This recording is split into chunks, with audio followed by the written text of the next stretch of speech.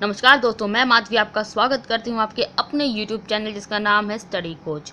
दोस्तों, आज हम हिंदी की इकाई 2 की शुरुआत करने जा रहे हैं, जिसका पहला शीर्षक है साहित्य इतिहास का दर्शन। ठीक है दोस्तों, चलिए हम साहित्य इतिहास के दर्शन के बारे में कुछ पढ़ लेते हैं। पहले हम समझ लेते हैं कि इतिहास शब्द क्या है, इसका मतलब क्या होता है। तो देखिए दोस्तों, इतिहास शब्द इति जमा हा जमा आज से बना है, जिसका अर्थ है ऐसा ही हुआ, यानी कि जो पहले हो चुका है ऐसा ही हुआ होगा कभी। ठीक है ना दोस्तों मैं यहाँ पर कुछ पॉइंट्स लेके आई हूँ, तो चलिए उसको पढ़ लेते हैं। सृष्टि की कोई भी वस्तु ऐसी नहीं है जिसका इतिहास से संबंध ना हो, अतः साहित्य इतिहास से संबंधित है।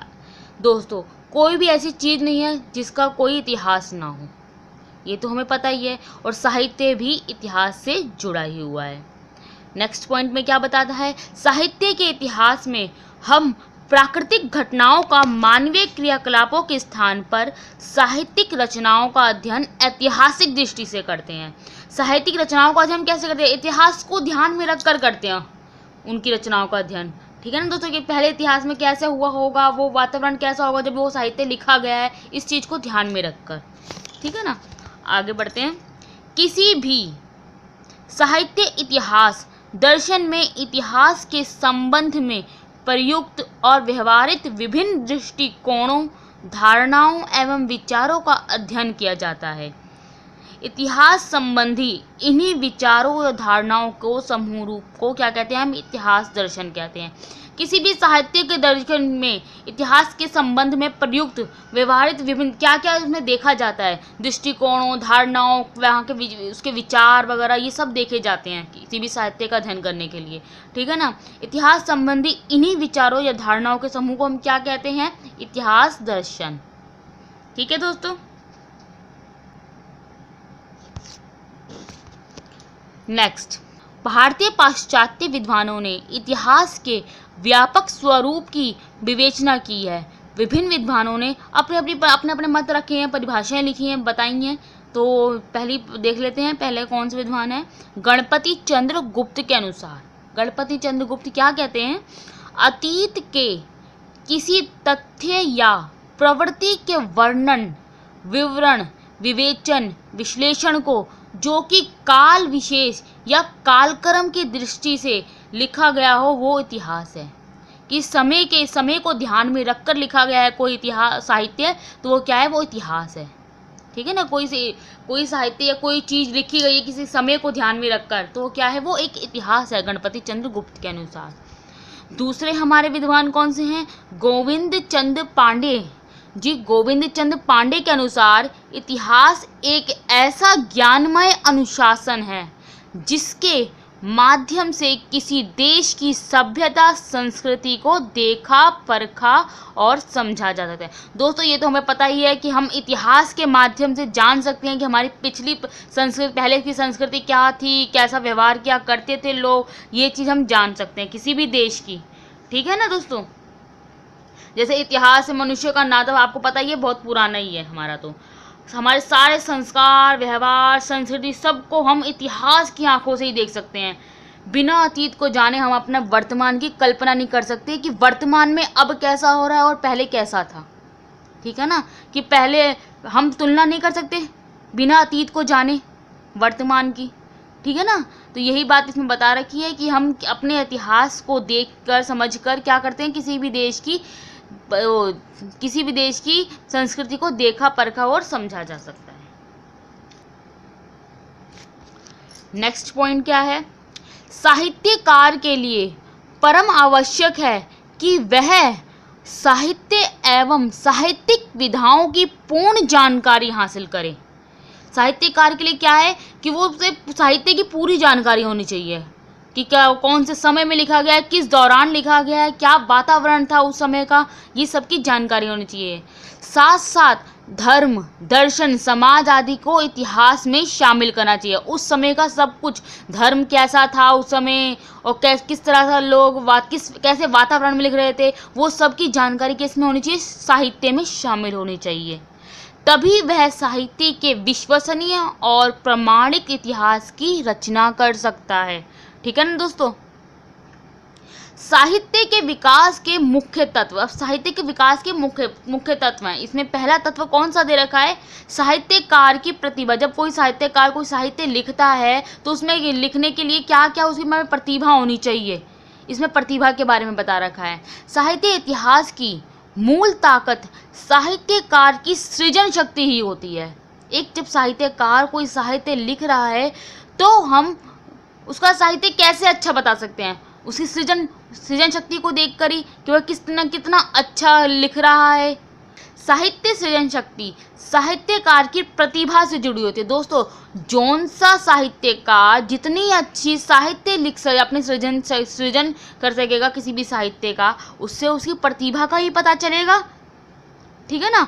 प्रतिभा व उसके व्यक्तित्व को समझे बिना साहित्यकार की सृजन शक्ति को पूर्णतः नहीं जाना जा सकता।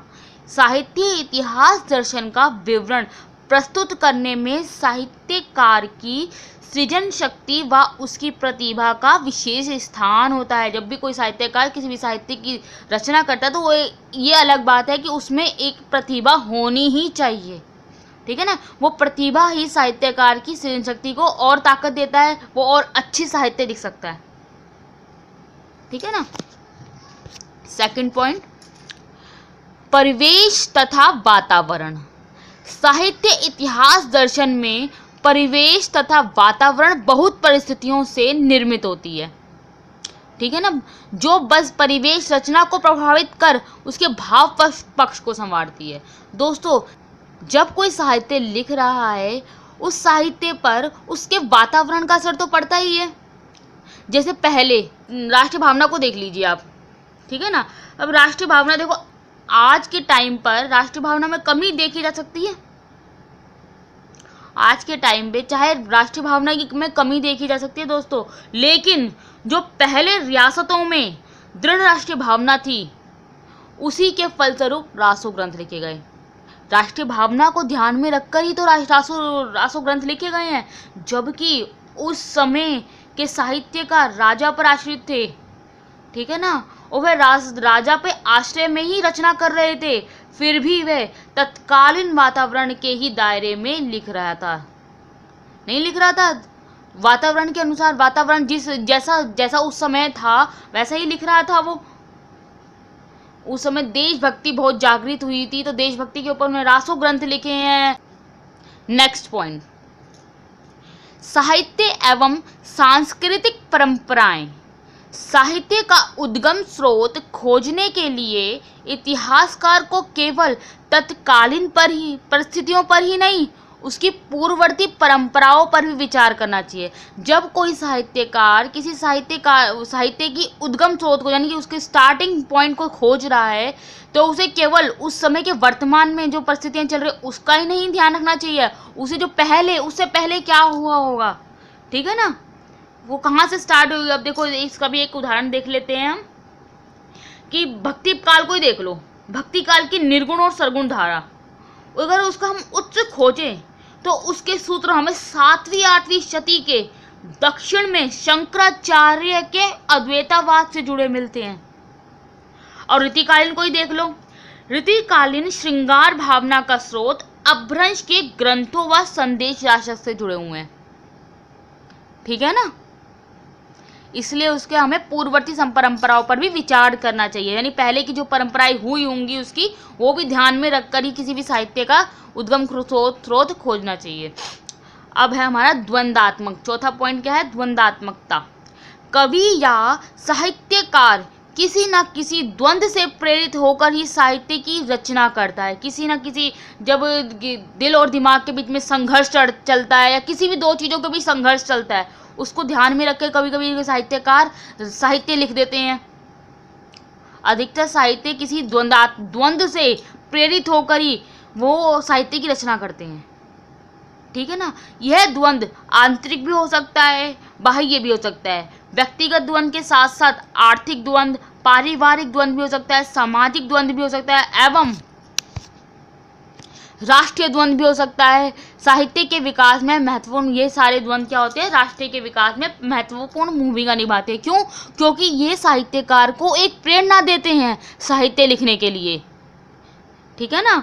जैसे जो कबीर की रचनाएं हैं उस समय उसमें सामाजिक द्वंद्व झलकता है, ठीक है ना। अब भक्ति युग में ही देख लो, भक्ति युग में उस समय विभिन्न भक्ति धाराएं थी और उन धाराओं के बीच में क्या था, द्वंद्व देखा जा सकता है, द्वंद्व हो रहा था ना उस समय। विभिन्न भक्ति धारा, निर्गुण भक्ति धारा, सगुण भक्ति धारा, है ना। अब आगे क्या है पॉइंट, संतुलन। 5वां पॉइंट हमारा है संतुलन। जब लक्ष्य की पूर्ति हो जाती है, जब साहित्यकार कोई साहित्य लिख देता है, यानी कि उसका द्वंद्व खत्म हो जाता है, जब लक्ष्य की पूर्ति हो जाती है तो द्वंद्व स्वतः ही समाप्त हो जाता है उसका। इस स्थिति में संतुलन को क्या कहते हैं, इस स्थिति के संतुलन को हम क्या कहते हैं, संतुलन। सॉरी, इस स्थिति को हम क्या कहते हैं, संतुलन। जब कोई लक्ष्य की पूर्ति हो जाती है, उसका द्वंद्व खत्म हो जाता है साहित्यकार का, और साहित्य वो लिख देता है, तो उसे क्या होता है, उसे शांति मिल जाती है उसको, तो उसे क्या होता है, संतुलन हो जाता है एक, ठीक है ना। अब अंत में हम क्या लिखते हैं, अतः अंत में यह कहा जा सकता है कि जो साहित्य का इतिहास होता है वह उस समय की सामाजिक एवं राजनीतिक वातावरण का प्रतिबिंब होता है। मैंने आपको पहले भी बताया था कि कोई साहित्यकार जब साहित्य लिखता है तो उस समय की सामाजिक स्थिति और राजनीतिक स्थिति, वातावरण सबका ही उसमें विवरण देता है, ठीक है ना, जिससे वो समझ सके कि सामाजिक स्थिति क्या थी उस समय की जब ये साहित्य लिखा गया। साहित्य का इतिहास साहित्य की उत्थान पतन की कहानी है, ठीक है ना, साहित्य की उत्थान पतन की कहानी है। साहित्य के इतिहास को समझने के लिए रचनाओं एवं रचनाकारों और उनसे संबंधित स्थितियों, परिस्थितियों और परंपराओं का भी ज्ञान होना आवश्यक है, ठीक है ना दोस्तों। उस समय क्या स्थिति, क्या परिस्थितियाँ थी, परंपराओं का भी ध्यान होना चाहिए किसी भी साहित्य रचनाओं के रचनाकारों। तो दोस्तों ये वीडियो हमारी यहीं पे समाप्त होती है। आशा करती हूँ कि आपको समझ में आया होगा। अगर आपको हमारी वीडियो पसंद आती है तो आप प्लीज़ हमारी वीडियो को लाइक कीजिए, शेयर कीजिए, और अगर आपने हमारे चैनल को सब्सक्राइब नहीं किया है तो प्लीज़ सब्सक्राइब कर लीजिए, क्योंकि हम ऐसी ही अच्छी वीडियो और भी लाते रहेंगे। धन्यवाद।